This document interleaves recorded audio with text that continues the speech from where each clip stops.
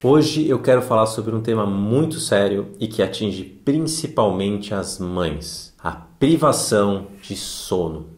Seja porque o parceiro tem que trabalhar no dia seguinte, como se cuidar de um bebê não fosse trabalho, né? Ou seja porque você amamenta à noite, ou seja porque o bebê ainda não atingiu o amadurecimento neurológico e ele acorda ainda à noite sozinho e ele precisa de ajuda, ele não consegue voltar a dormir sozinho, então ele precisa de ajuda para ser embalado, ou para sugar alguma coisa, ou simplesmente ele precisa de companhia para conseguir voltar a dormir. Não importa qual seja o motivo ou os motivos, em geral são as mães que acordam a maior parte das vezes à noite para suprir as necessidades do bebê, para conseguir ajudá-lo a voltar a dormir. E a maioria das pessoas acha que o bebê acordar muitas vezes durante a noite é coisa de recém-nascido.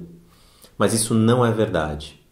Estima-se que pelo menos 50% dos bebês acordem cerca de 3 vezes por noite depois do primeiro ano. Se o que eu estou te falando aqui é estranho, essa não é a sua realidade, o seu bebê dorme aí 8, 10 horas seguidas, desde que nasceu ou desde os 3 primeiros meses, se a privação de sono não é algo presente na sua casa, então eu até recomendo que você pare de ver esse vídeo porque ele não faz muito sentido para você. Essa aula não vai te ajudar em absolutamente nada. Mas se a privação de sono é algo que está pegando aí na sua casa, se o seu bebê acorda 2, 3, 4, 5, 6 vezes por noite, isso vem acontecendo há 1, 2, até 3 anos já seguidos que isso vem acontecendo, essa aula é para vocês. Então, se o sono do bebê ou privação de sono é um tema recorrente nas conversas aí do casal, assiste essa aula até o fim, porque é importante que vocês tenham consciência de tudo que isso pode impactar a vida da família e como que vocês podem amenizar, suavizar essa situação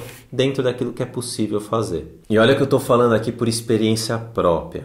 Eu estou gravando esse vídeo aqui e a Alice tem 1 ano e 8 meses. E com 1 ano e 8 meses, a Alice acorda em média umas 4 vezes por noite. A Alice também ela precisa ser embalada ou ela precisa ter o aleitamento materno, né, o TT, para conseguir dormir. Ela não consegue dormir sozinha ainda, ela precisa de ajuda, ela precisa desse suporte ou do movimento ou da amamentação.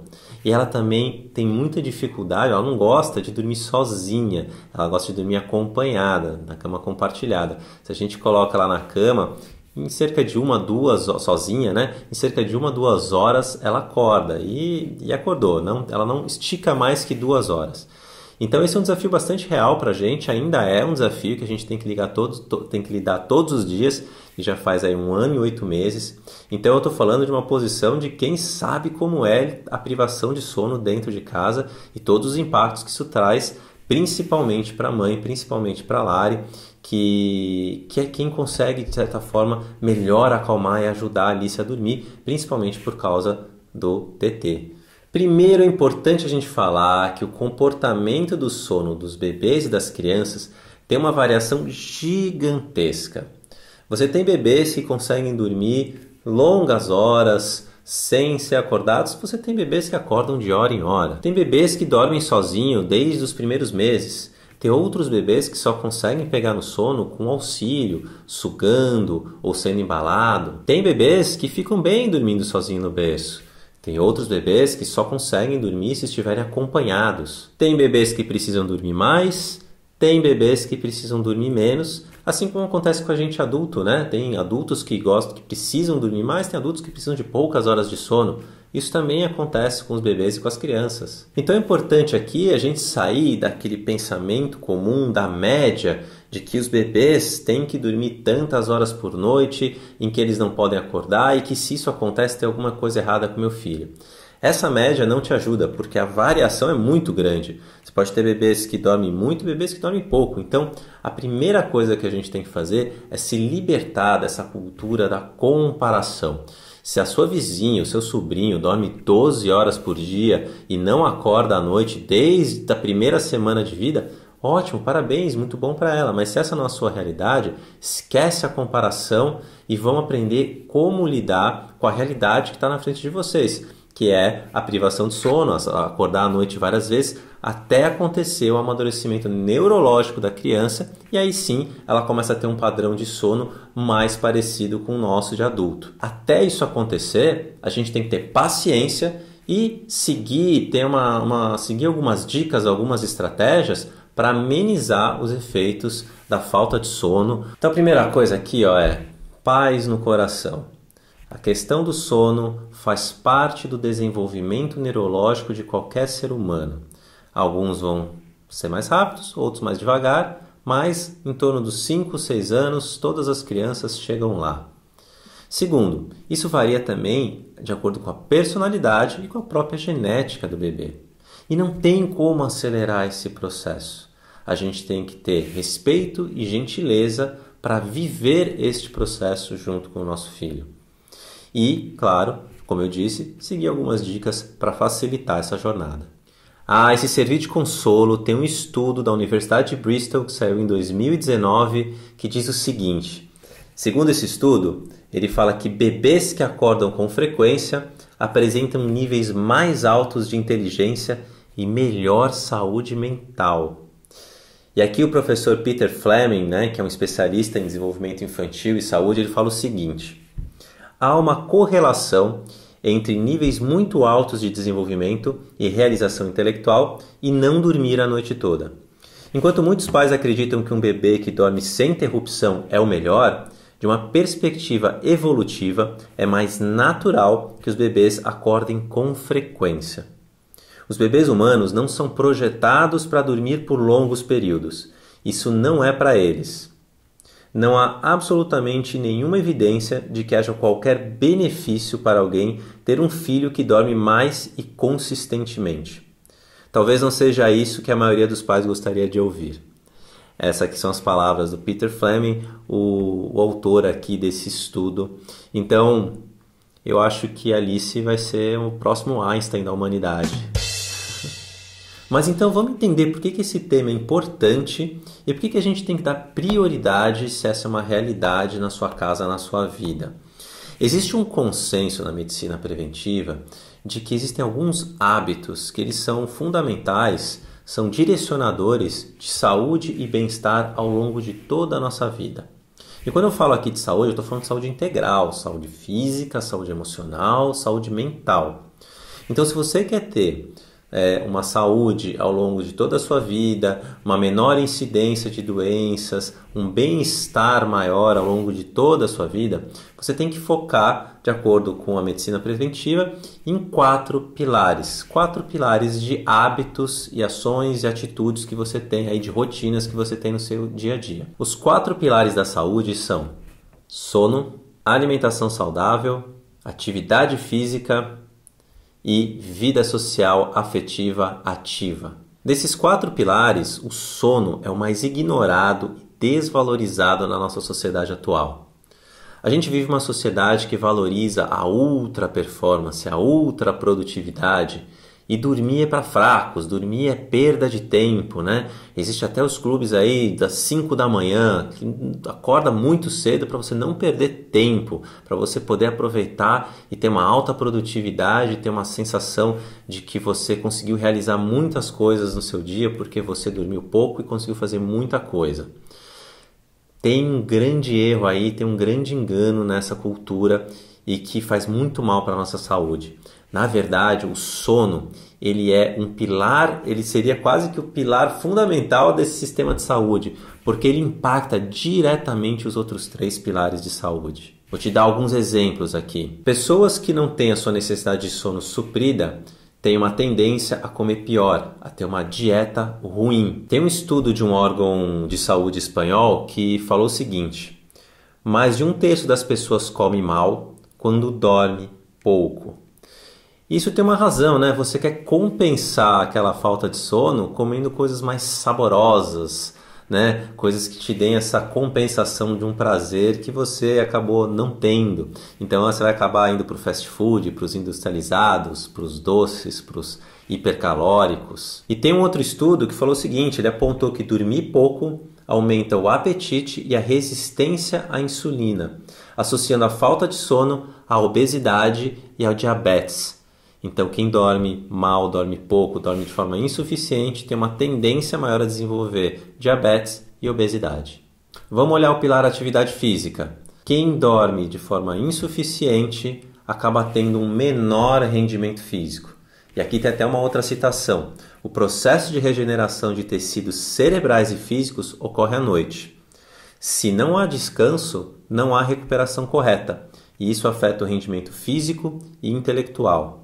E também tem estudos que apontam que há também um enfraquecimento do sistema imunológico. E no pilar vida afetiva, vida social ativa, que é tão importante para a nossa saúde integral. Pessoas que dormem pouco tendem a aumentar o seu descontrole emocional, tendem a aumentar a sua irritabilidade.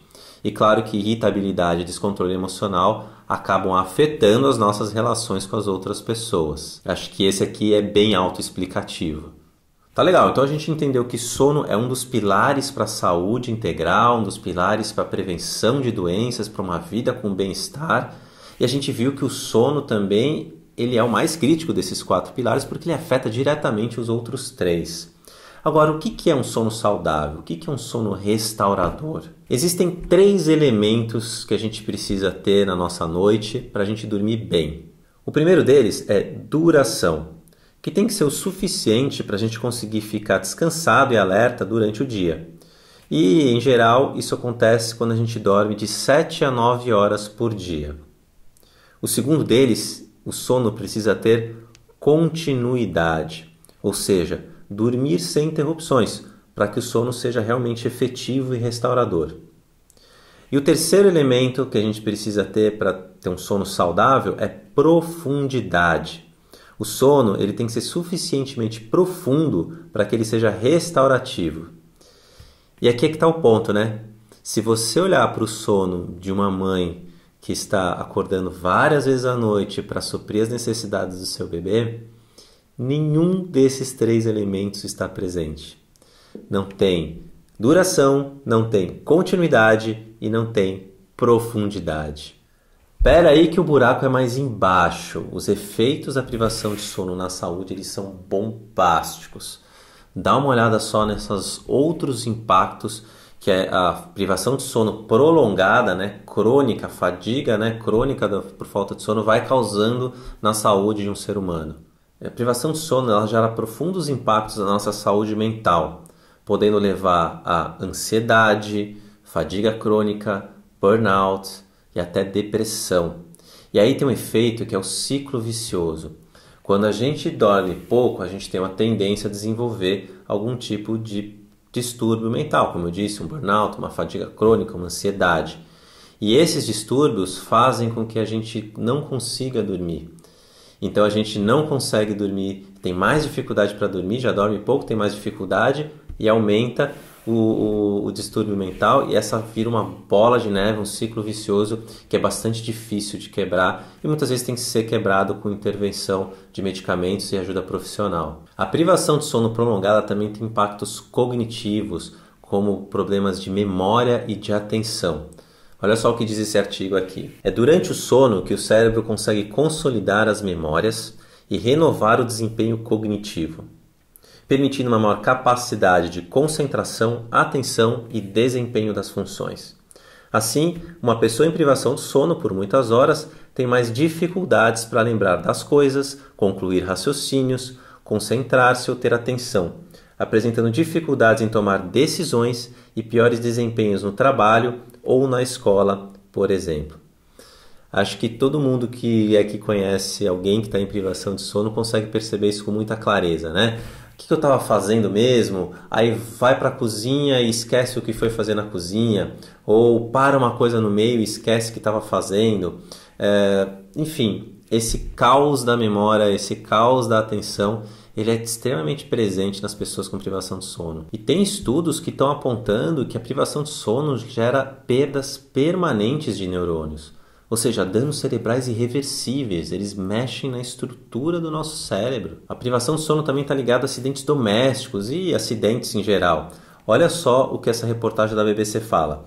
1 em cada 5 acidentes tem a ver com a falta de sono. 1 em cada 5. Cara, é muita coisa. Ó, eu poderia aqui ficar falando e discorrendo um monte sobre isso, porque a gente está falando aqui que privação de sono prolongada aumenta o risco de hipertensão, doenças cardiovasculares, envelhecimento precoce, agressividade, problemas sexuais, artrite, dor crônica. Olha, a lista vai longe. E eu nem precisaria ficar aqui citando tantos estudos e artigos, é só a gente olhar para a história da humanidade. Infelizmente, nós seres humanos desenvolvemos a tortura. E dentro dos métodos de tortura, um dos mais eficientes é exatamente a privação de sono. Então, não fazer pessoas dormirem é uma forma de tortura que a humanidade usa há séculos. Então agora minha conversa é com você, parceiro, que está aí vendo a sua parceira, a mãe do seu filho, passando por privação de sono, dormindo pouco, acordando muito, com aquelas olheiras horríveis, com falta de energia, irritado, enfim, tudo o que vocês estão vivendo aí na casa de vocês. A minha conversa é com você, porque você é uma peça fundamental para que a família possa superar essa fase de desenvolvimento neurológico do bebê com mais tranquilidade, com mais saúde, com menos consequências futuras, que tudo aí que eu falei que a privação de sono pode gerar na saúde, principalmente das mães que passam por isso. Então, tem duas coisas que você precisa prestar atenção, duas coisas que você precisa fazer. Primeiro, você precisa ter muita, mas muita empatia com a mãe que está passando por uma privação de sono. Não é brincadeira. Como você viu aqui, tem impactos muito grandes na saúde, impactos de longo prazo, impactos que podem durar uma vida inteira. Então, é preciso entrar nessa vida e entender o que está acontecendo, né? Toda essa explicação, todos esses efeitos que eu trouxe aqui é exatamente para despertar a consciência para essa empatia, para entender que aquele mau humor não é uma coisa normal, para entender que aquela falta de energia física ou falta de desejo sexual não é uma coisa que ela está fazendo porque ela mudou, é porque ela está com privação de sono e isso está impactando. Ansiedade, eventualmente uma depressão, uma tristeza, tudo isso a gente tem que ficar de olho e tem que ajudar e tem que ter empatia para poder ajudar essa mãe a não transformar isso em uma bola de neve que pode ter impactos maiores para todo mundo. Então é muito importante você ter empatia, você conectar, você entrar e não simplesmente julgar ou falar que está diferente ou que você não era assim. Não, a pessoa está passando por um desafio extremamente intenso e ela precisa que você seja empático. Segunda coisa que você precisa fazer, você precisa ser ativo. Você também precisa dar a sua cota de sacrifício para que a família possa superar essa fase. Não dá para a mãe ter 100% do sacrifício. Ela precisa sim que você dê a sua cota de sacrifício. Ah, mas eu trabalho no dia seguinte, o dia inteiro, eu tenho que estar disposto. Sim, a sua esposa, a sua parceira, a mãe do seu filho também trabalha o dia inteiro no dia seguinte. Ela também precisa estar bem porque está cuidando de uma vida e de uma vida que é bastante vulnerável. Então, vocês precisam cada um dar a sua cota de sacrifício. Os dois vão trabalhar a menos do que 100% no dia seguinte, mas pelo menos esse menos de 100% permite que ambos consigam passar por essa fase com menos consequências, com menos sequelas e com um pouquinho melhor bem-estar do que seria se só um dos dois passasse. Sem ajuda, essa mãe pode ficar seriamente doente e aí isso impacta toda a família. Então deixa eu dar aqui algumas alternativas, algumas coisas que o casal, a família, os parceiros podem fazer para conseguirem amenizar a situação da privação de sono. Primeiro delas, cama compartilhada.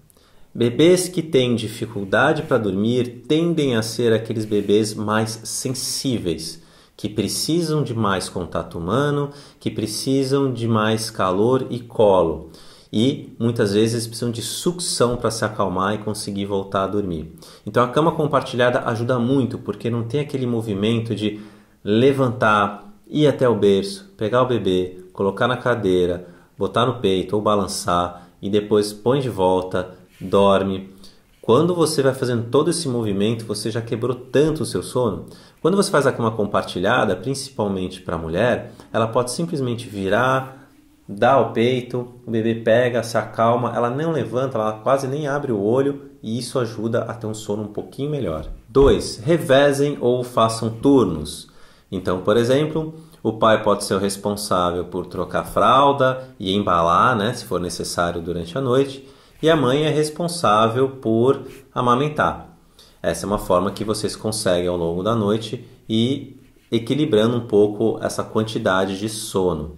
Uma outra forma também é quebrar a noite em primeiro período e segundo período. Então, o primeiro período é responsabilidade do pai. Qualquer coisa que acontecer com a criança, o pai é que está ali para acolher, para embalar, para, enfim, ajudar a voltar a dormir.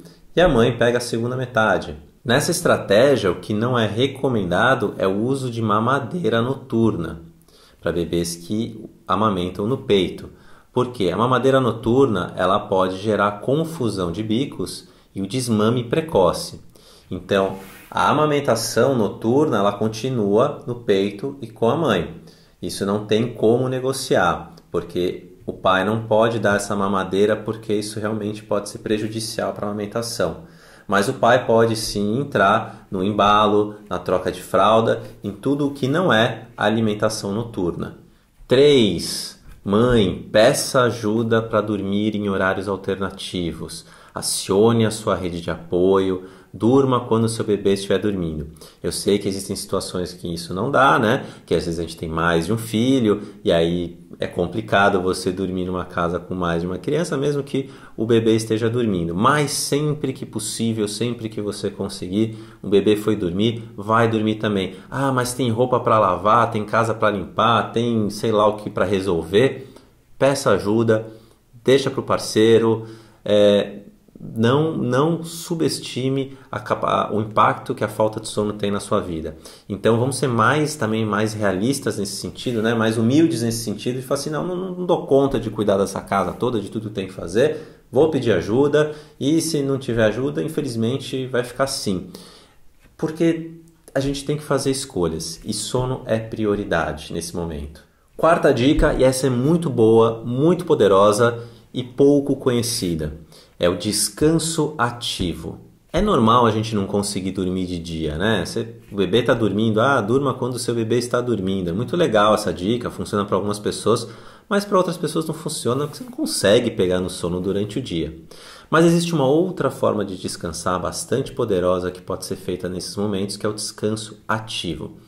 Que é você fazer atividades, coisas que lhe dão muito prazer. Claro, coisas que são saudáveis, não é você comer um junk food ou comer alguma coisa com açúcar, que isso não está ajudando na sua saúde, não vai te ajudar a recuperar a tua energia, muito pelo contrário, vai tirar a tua energia.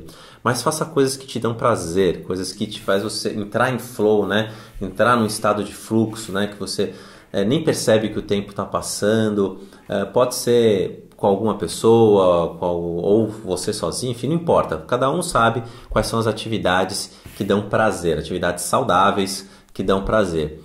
O que acontece quando você se engaja nessas atividades? Você libera o que a gente chama de hormônios da felicidade, né? Dopamina, serotonina, que impactam o seu humor, que ajudam você a dormir melhor, que impactam a sua capacidade de atenção, fazem a regeneração, ajudam aí no equilíbrio químico do seu cérebro para uma vida mais saudável. Então, dar risada, fazer coisas que te engajem, que você não perceba que o tempo está passando, que te deixam feliz, é uma forma de descansar ativamente. 5. Cuidar da higiene do sono, do seu sono, né? Então, olhar coisas, né? Fazer coisas práticas que ajudem a pegar no sono mais rápido e evitar aquelas que dificultam o seu sono. Então, por exemplo, o que pode te ajudar a dormir mais rápido, a ter um sono mais... entrar em sono profundo mais rapidamente? Ler antes de dormir, na cama, com luz baixa, isso te ajuda a pegar no sono. Escrever é uma boa técnica, inclusive se você perde o sono, se você tem insônia, né? Acorda no meio da noite, consegue dormir, ao invés de pegar o celular ou qualquer coisa do tipo, escreva, né? Com uma luz baixa, escreva. O ato de escrever vai te ajudar a pegar no sono de novo. Tomar banho quente antes de dormir, assistir aqueles vídeos, né? Que agora já estão bem famosos, de ASMR, que são, né? Põe um fone de ouvido na cama. Se você curte isso, ajuda, é bastante eficiente. A Lari usa bastante ASMR para dormir. chá de camomila, chá de maracujá. E o que você tem que evitar de qualquer jeito fazer quando estiver próximo da hora de dormir? Muita luz. Então, quando chegar próximo, quando escurecer, chegar próximo da hora de dormir, baixa a luz da casa inteira, luminosidade mais baixa, isso é muito importante. Evitar televisão, videogame, celular, sons altos. Tudo isso inibe a produção de melatonina, e melatonina é fundamental para que a gente possa pegar no sono e dormir e se manter dormindo. Então, luz, equipamentos eletrônicos e sons altos devem ser evitados pelo menos meia hora antes de dormir. Isso vai ajudar a entrar num sono profundo mais rapidamente. E a minha sexta dica aqui para você, a sexta estratégia é aceitar. Aceitar, colocar essa paz no coração de que isso faz parte, é uma fase, faz parte do desenvolvimento neurológico do seu bebê, do seu filho, e que isso vai passar. E que vocês precisam se unir, porque quando a gente se une, quando a gente passa por um desafio juntos, a gente fica mais forte, a gente fica mais conectado, aumenta a intimidade entre aquelas pessoas que passaram por aquele desafio e a família fica mais forte. Então, aceita, coração leve, faz parte, vai passar e juntos vocês vão passar de uma forma mais tranquila, mais harmônica, com mais saúde e vão sair mais fortalecidos e unidos do que nunca. Então, boa sorte e eu te desejo um bom sono.